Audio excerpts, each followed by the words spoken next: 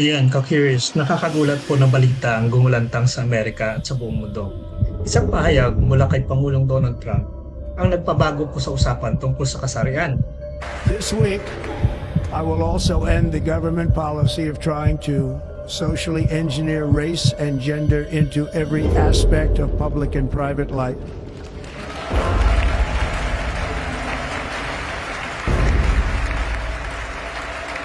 We will forge a society that is colorblind and merit-based.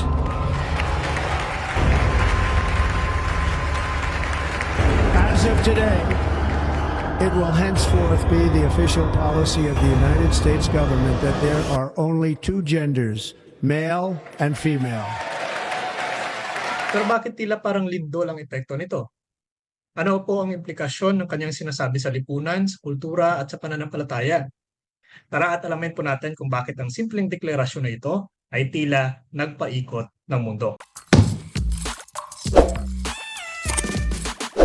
Ka-curious, ang pahayag po ni Pangulong Donald Trump ay isa pong mahalagang sandali sa kasaysayan ng kultura at politika na rin. No? Dahil po sa panahon ngayon na sobra pong komplikado na ang usapan tungkol po sa kasarian, ang kanya pong sinabi ay muling nagbigay diin sa tradisyonal na pananaw ukol po dito.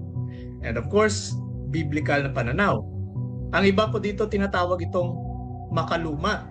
Pero para po sa mga sumusuporta, ito po ay pagbabalik sa pundasyon talaga ng katotohanan.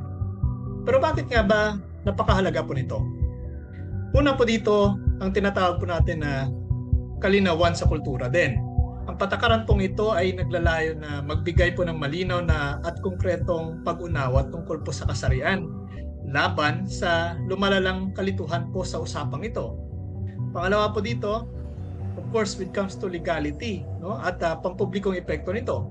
Dahil maaari pong baguhin ito ang mga batas at patakaran, lalo na po sa larangan ng edukasyon, kalusugan at karapatang pantao. Pangatlo po dito, of course, yung tinatawag natin na pandaigbigang impluensya. So bilang isa pong makapangyarihang bansa, alam naman po natin yung Amerika, ang posisyon po nito sa ganito pong isyu ay madalas po na nagiging huwaran, no, para po sa ibang mga bansa.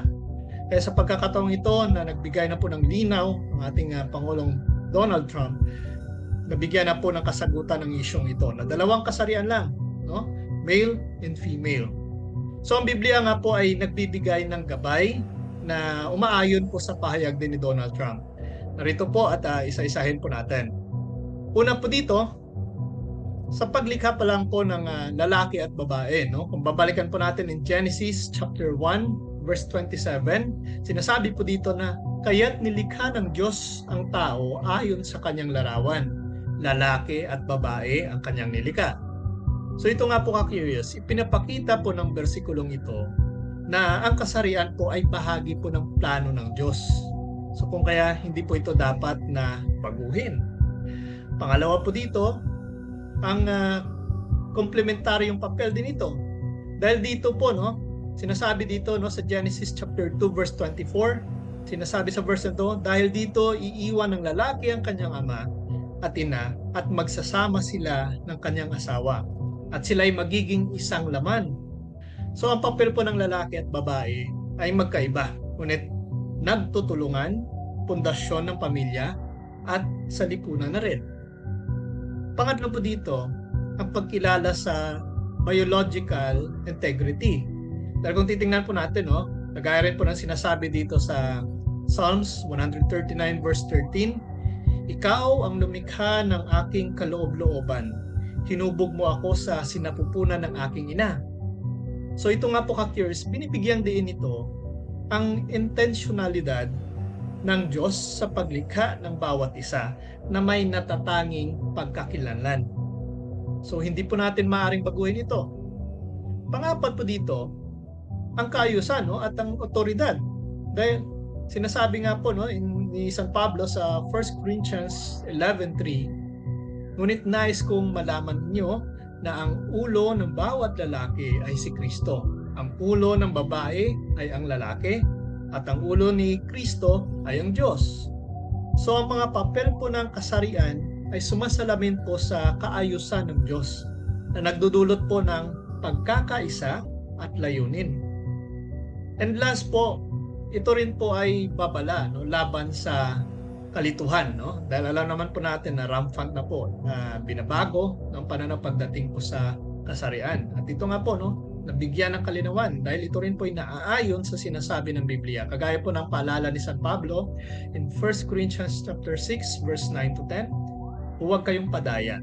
Ang mga immoral, sumasamba sa Diyos-Diyosan, nangangalunya, nakikipagtalik sa kapwa lalaki, ay hindi magmamana ng kaharian ng Diyos. So ang Biblia po ay nagbibigay babala, no, laban sa mga gawaing lumalayo sa disenyo ng Diyos. So ano nga ba po mga posibleng advantage nito, no, or benepisyo nito pagdating po sa ating mga patakaran, no? Una po dito, of course, ang pagpapalakas, no, ng pamilyang nakagisna na po natin. Dahil po sa pamamagitan po ng pagbibigay sa tinatawag natin na tradisyonal na pag-unawa sa kasarian, ay maaari pong mas tumibay pa, no, ang pundasyon ng pamilya na siya pong saligan talaga ng isang matatag na lipunan. So kung ito po ay pababayaan, no, ay maaari pong makasira pagdating sa nakagisna na nating pamilya, no? Pagdating sa talagang nararapat, no, at ipinapakita ng Biblia. So dito binibigyan ng linaw ng ating Pangulong Donald Trump na dalawang kasarian lamang at ito po ay bumubuo sa tinatawag nating pamilya. So hindi po dapat baguhin, hindi po dapat sirain. So pagdating po dito, ito ay sumasang-ayon din, no, sa sinasabi at tinutukoy po at itinuturo ng Biblia. Pangatlo po dito, no, ang pagsulong po ng kalusugang mental, no, at emotional. Dahil po ang kalinawan, no, sa pagkakalanlan ng kasarian, na dapat alam mo talaga kung ano ka at dahil po dito, no, there is no confusion. Lalaki at babae lamang nilikha ng Diyos. So wala nang pagdududa, no, sa isang tao. At kung meron man, ito po impluwensya lamang ng pansariling interest, no, ng ating pangangailangan ng ating katawan. So ito nga po ipinapakita na ito po nagbibigay ng linaw sa tunay talaga na pagkakilanlan ng isang tao, no? Pagkakilanlan ng kasarian. Ito po ay makakatulong talaga upang mabawasan po ang kalituhan, no, at pagbibigay po ng layunin at pakiramdam ng pagkakabuklod-buklod, no, lalong-lalo na po sa kabataan dahil po sa impluwensya, no, ng mga kultura, no, ng mga ibang katuruan, nababago rin pong pananaw ng mga kabataan. So pagdating po dito, at least, no, sa sinabi po ni Pangulong Donald Trump, nabigyan na po ng linaw, no, pagdating sa mga isyong ito. So pangatlo po dito, no, ang katatagan ng batas at lipunan din. Of course, no, ka-curious, ang simpleng definition din ng kasarian ay maaaring pong magresulta sa tinatawag natin na clarity, no, ng mga batas at patakaran din na magpapabawas ng mga alitan, no, at tensyon sa lipunan. So alam naman po natin, of course, hindi po dito sasang-ayon, no, at magkakaroon ng matinding reaksyon ng mga kapatid natin na salungat dito dahil nga po sa kanilang ini-insist na kasarian nila.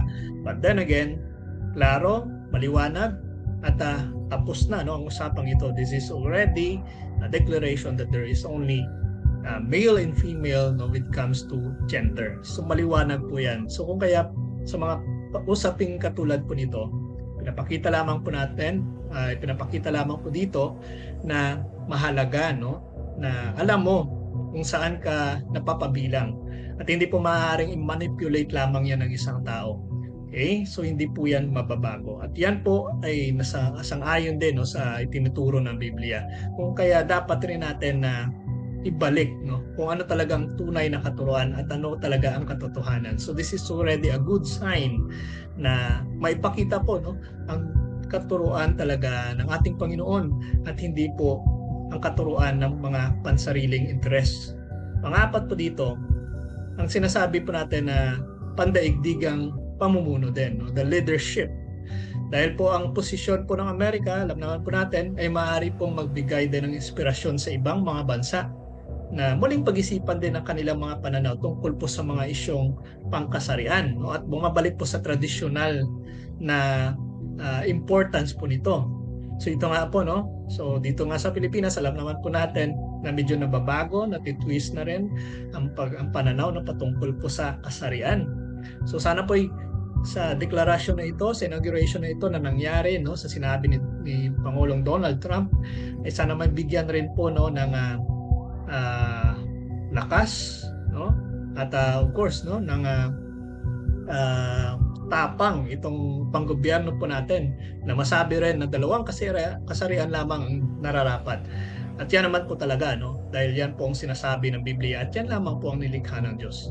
So hindi po maaaring baguhin po yan, no, ng nagsasabing may ibang kasarian pa. So dapat clear po yan, dapat klaro po yan, dahil ito po ay, again, nagmo-mold din, no, nagbibigay din ng impluwensya, no, lalong-lalo na sa mga walang muwang.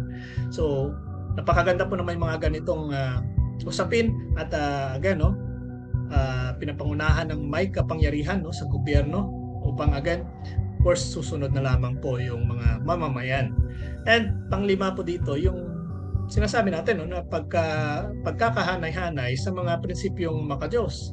Dahil alam naman po natin na ang patakaran po ito ay nagpapakita po ng dedikasyon na panatilihin po ang mga prinsipyong naayon talaga sa disenyo ng Diyos, na posible pong magdulot ng pagpapala, no, sa isang bansa. So dahil nga po sa nangyari din sa Amerika, maraming mga trahedya, nako po, ito'y nagbibigay na rin po ng eye-opener sa kanila. So this is already a good step, no, good start, no, para po sa bansang Amerika sa pamumuno po ni Pangulong Donald Trump na maituwid, no, kung ano man ang dapat na ituwid, at nang sa gayon ay bumalik po ang pagpapala sa bansang ito. So sangayon po ba kayong mga curious na dahil po sa ginawa na ito ni Donald Trump, no, ni Pangulong Donald Trump, ay magkakaroon na ngayon, no, ng kaliwanagan pagdating po sa isyu ng kasarian, and of course unti-unti na rin pong bumabalik, no, ang pananampalataya, no, ang pagsunod sa tunay na pananampalataya. At dahil po dito, mabibigyan din ng biyaya ang bansang ito. So hindi po natin, no, masasabi, but then again, alam naman po natin na ito po ay pamamaraan din ng Diyos, no, upang maihatid ang tamang katuruan, upang maihatid ang katotohanan sa mga tao. So suportahan po natin, no, ang sinabi na ito ni Pangulong Donald Trump. Sa gayon po ay makatulong din ito sa iba at maituwid po ang tama, no. So ito nga po mga ka-curious. So yan po ang naging isang matapang na deklarasyon ngayon ni Pangulong Donald Trump. So again, no, iba nga po, may mga nagsasabi na patakaran pong ito ay hindi kinikilala ng mga may karanasan, no, ng mga taong hindi po sumasang-ayon sa tradisyonal na definisyon ng kasarian. Dahil ayon po sa kanila, ito po ay maaaring magdulot din ng diskriminasyon, no, at division. Ngunit kung titingnan po natin ka-curious, no, sinasabi po ng mga taga-suporta din ito at tayo din po, no, na mga Kristiyano, alam po natin yan na pagkilala po sa dalawang kasarian ay hindi po nangangahulugan ng kawalan ng dignidad sa isang individual. Sino ba naman po, no, ang nagbibigay lamang ng diskriminasyon sa kanyang sa isang tao, kundi ang kanyang sarili lamang mismo. So mahalaga din na malaman ng isang tao, no, na ang kanyang kasarian, nang sa gayon po ay maituwid niya rin po ang kanyang mga ginagawa at maituwid niya rin ang pananaw ng ibang tao sa kanya. So sa halip po na ito ay pagbibigyan din, no, sa isang tinatawag po natin yung na universal truth, ito po ay of course, no, makabubuti para sa lipunan dahil nagkakaroon na ng identity, nagkakaroon na ng clarity pagdating po sa usapin ng gender. So maliwanag po yan, no? Male and female lamang. So sang-ayon po tayo at sumusuporta at saludo tayo, no, sa kay Pangulong Donald Trump sa pagpapanguna po nito, no, sa pagpakita din ng kanyang tapang na may pahayag ito sa publiko. So ang pahayag na po ito ni Donald Trump ay talagang higit po, no, sa isang pampulitikang deklarasyon. Alam naman po natin na ito po ay isang panawagan din ng na bumalik po, no, sa pundasyon ng katotohanan na nakabatay po sa tinatawag natin na biological, cultural, and faith, no, na faith-based, no, na katuruan. So habang ang mundo po ay patuloy na naghahanap po ng kasagutan sa mga tanong tungkol po sa kanilang pagkakilanlan at kanilang layunin din. So ang matapang po na ito na paninindigan ng ating Pangulong Donald Trump, ito po ay nagsisilbing paalala sa walang hanggang karunungan na matatagpuan po sa salita ng Diyos. So sumasang-ayon ka man o hindi, no, sa isang bagay na malinaw, isa lamang po ang pinapakita nito. Ang usapang ito ay uhubog po sa hinaharap ng Amerika at ng buong mundo. So ito nga po ka-curious, sana po ay nakatulong po ang video ito. At bago po tayo magtapos, nagaya nga po ng sinasabi ni San Pablo in Hebrew chapter 10 verse 23, panghawakan po natin ng mahigpit ang ating pag-asa ng hindi nanghihina sapagkat siya na nangako ay tapat. So maliwanag po yan mga ka-curious, at sana po ay nakatulong video na ito, at kung nagustuhan niyo po ito, please like and share, ibahagi po natin ito sa mga kakilala po natin, at huwag niyo pong kalimutan na mag-subscribe, no, upang may pagpatuloy po natin ang mga gawain nito. Muli po, this is Mr. Curious, kasama po ninyo sa pagpapalaganap ng katotohanan. God bless po sa ating lahat.